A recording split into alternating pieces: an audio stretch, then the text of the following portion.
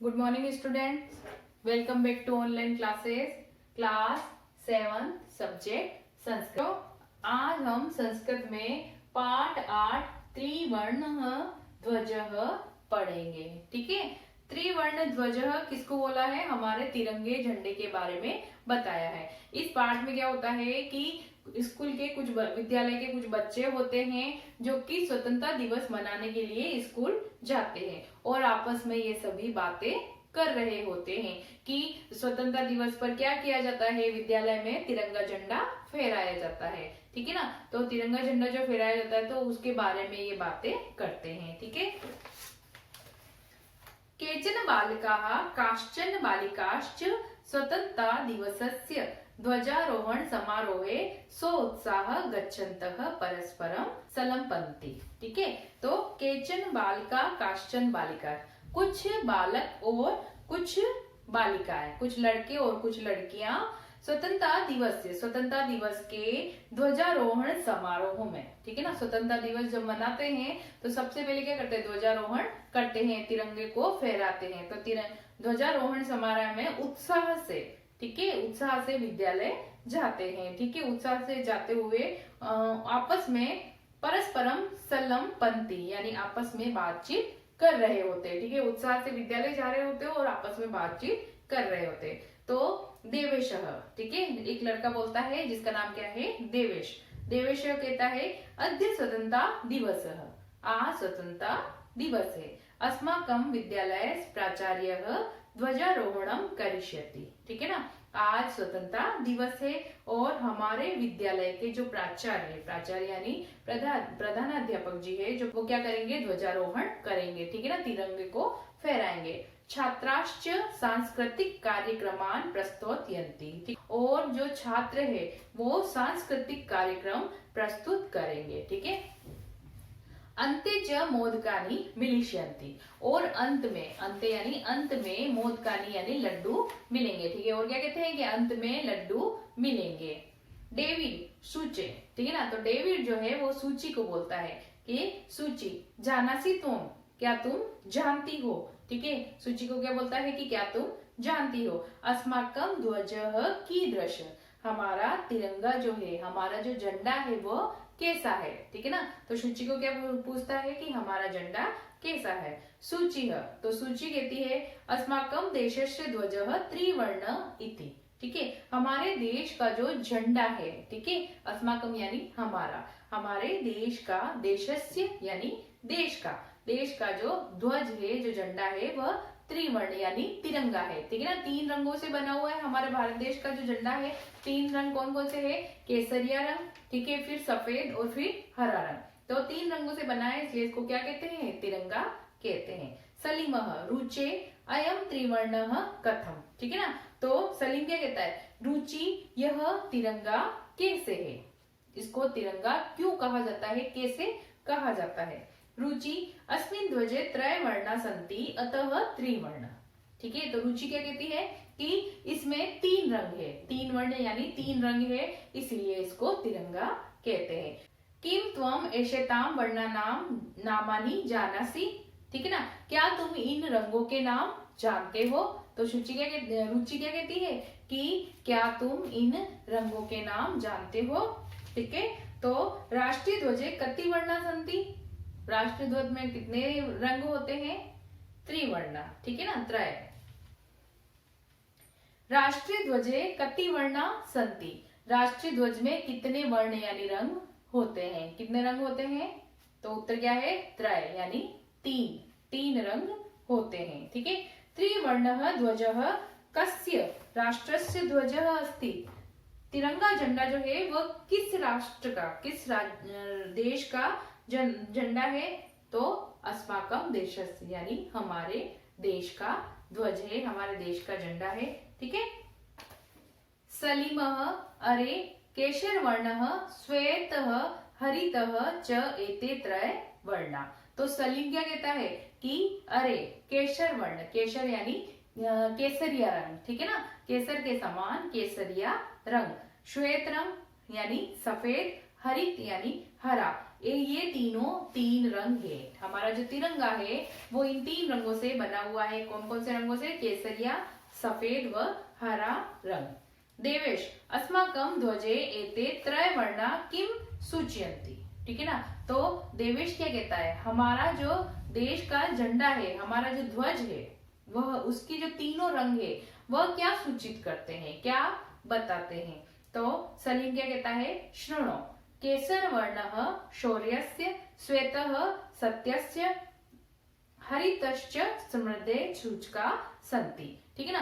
तो सलीम कहता है शृणो, शृणो यानी सुनो। ठीक है, सुनो केसर वर्ण शौर्य, जो केसरिया रंग है वो शौर्य का प्रतीक है। ठीक है ना, शौर्य के बारे में बताता है, शौर्य का प्रतीक है। ठीक है, शौर्य यानी साहस का। और श्वेत सत्य, और जो सफेद रंग है वो सत्य का प्रतीक है। ठीक है ना, सत्य का प्रतीक है। और हरितश्च स्मृते सूचकाः सन्ति, और जो हरित यानी हरा रंग है वो समृद्धि का सूचक है। तो केसरिया रंग जो है वो शौर्य का सूचक है, सफेद रंग सत्य का, और हरा रंग जो है वह समृद्धि यानी कि खुशहाली का प्रतीक है। शुचिः किम एतेषां वर्णानाम् अन्यदपि महत्वम्। ठीक है ना। तो शुचि क्या कहती है, क्या इन सब रंगों का और भी महत्व है। ठीक है, क्या कहती है कि मेतेशाम, क्या इन सभी रंगों का और कोई महत्व है। डेविड, आम कथम न। तो डेविड क्या कहता है, हाँ, आम यानी हाँ, क्यों नहीं। ध्वजस्य उपरि स्थितः केशर वर्ण त्यागस्य उत्साहस्य च सूचकः। ठीक है, और जो ध्वज के ऊपर सबसे ऊपर का जो केसरिया रंग है वह किसका प्रतीक है, किसका सूचक है? त्याग व उत्साह का सूचक है। मध्य स्थित श्वेत वर्ण सात्विकताया शुचिताया च द्योतक, और मध्य में स्थित, बीच में जो स्थित सफेद रंग है, ठीक है ना, श्वेत यानी सफेद, जो सफेद रंग है वो सात्विकता का तथा शुचिता यानी कि पवित्रता का द्योतक है। ठीक है ना। अधः स्थित हरित वर्णः वसुंधरायाः सुषमायाः उर्वरतायाश्च द्योतक। ठीक है, और अध यानी कि सबसे अंत में जो सबसे नीचे वाला स्थित हरित रंग है, जो हरा रंग है, ठीक है, सबसे नीचे जो हरे रंग की पट्टिका होती है वह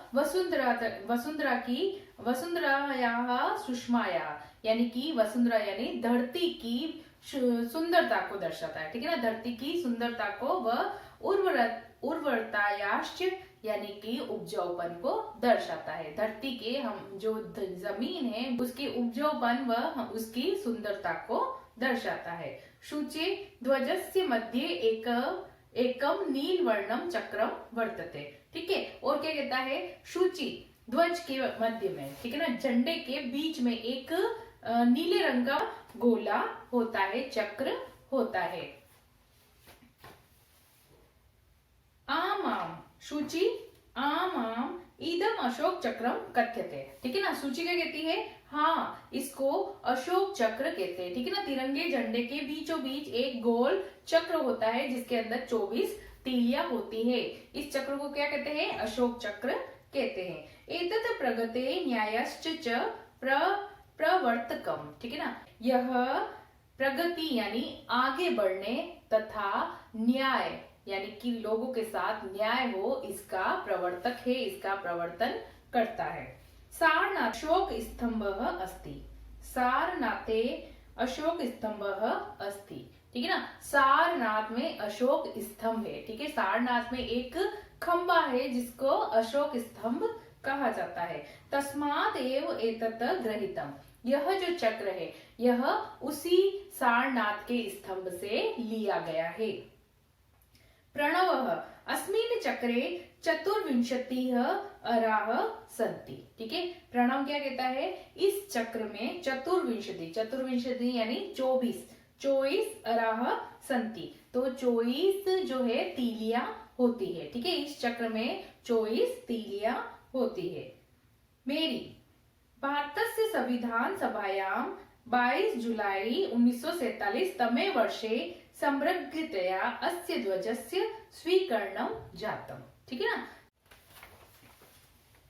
22 जुलाई 1947, ठीक है ना, भारत की संविधान सभा में 22 जुलाई 1947 को समग्रतया यानी कि सामूहिक रूप से सभी के द्वारा इसे राष्ट्र ध्वज के रूप में स्वीकार किया गया। ठीक है ना, इसको राष्ट्र ध्वज स्वीकार कर लिया गया।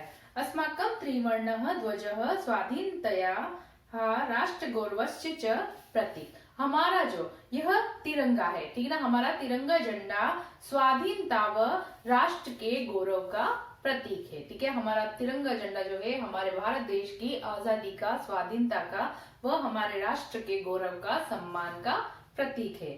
अतएव स्वतंत्र दिवसे गणतंत्र दिवसे च अस्य ध्वजस्य उत्तोलनम समारोह पूर्वकम भवति। ठीक है ना, इसीलिए स्वतंत्रता दिवस पर और गणतंत्र दिवस पर हमारे जो स्कूलों में कार्यालय वगैरह होते हैं, हर जगह यह तिरंगा झंडा फहराया जाता है और यह समारोह के साथ में फहराया जाता है। जब ये तिरंगा फहराया जाता है तो इसके साथ साथ कई सांस्कृतिक कार्यक्रम भी होते हैं, प्रोग्राम भी होते हैं।